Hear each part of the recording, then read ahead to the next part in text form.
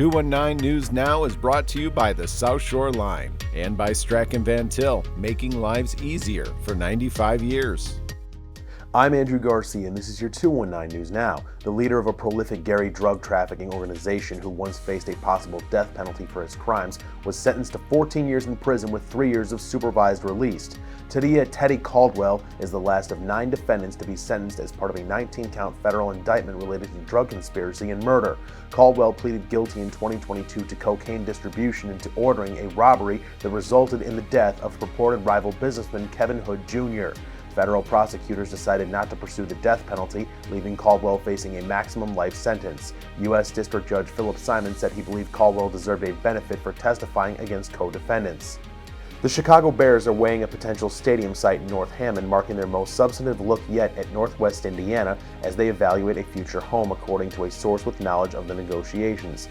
The proposed site sits just east of the Illinois border, with open acreage and immediate access to Calumet Avenue and the I-90 Chicago Skyway. Arlington Heights, Illinois had previously been identified as the frontrunner, and officials there said they understood the Bears' need to explore all viable locations as part of due diligence. Now we'll look at your weekend weather presented by NIPSCO. Now, time for your 219 forecast, sponsored by NIPSCO. I'm meteorologist Zoe Mintz, and we're looking at a very cold start to this weekend. Temperatures Friday afternoon are going to be in the mid-20s, but thanks to those blustery winds, it's going to feel like you're below zero all day long, so make sure you bundle up even with mostly sunny skies. By the time that we step out Saturday, it's going to be a little bit warmer, those high temperatures sitting in the low 40s, but those wind chill values still going to feel like they're near freezing, but definitely warmer than on Friday. By Sunday, those temperatures will be cooling back down into the upper 20s, but the winds won't be nearly as bad, so those wind chill values won't be nearly as dangerous. So Friday, definitely the coldest day, but it's going to be a chilly one all weekend long. And in sports, we have an NCC showdown from Cedar Lake. Andran hits the road to take on Hanover Central in girls basketball. Here's a look at the action from that game.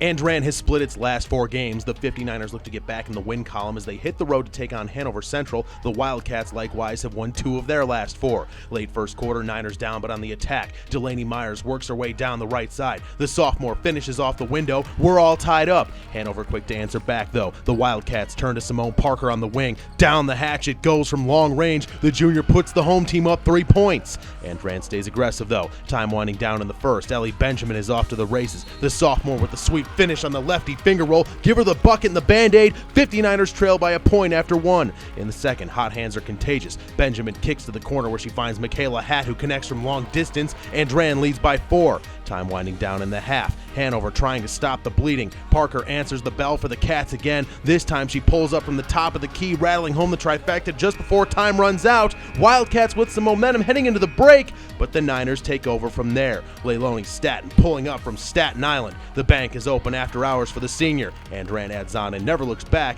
The 59ers go home happy with a 39-26 victory. To read up on more local news and headlines, visit jed-tv.com and nwi-com. I'm Andrew Garcia, and this has been your 219 News Now.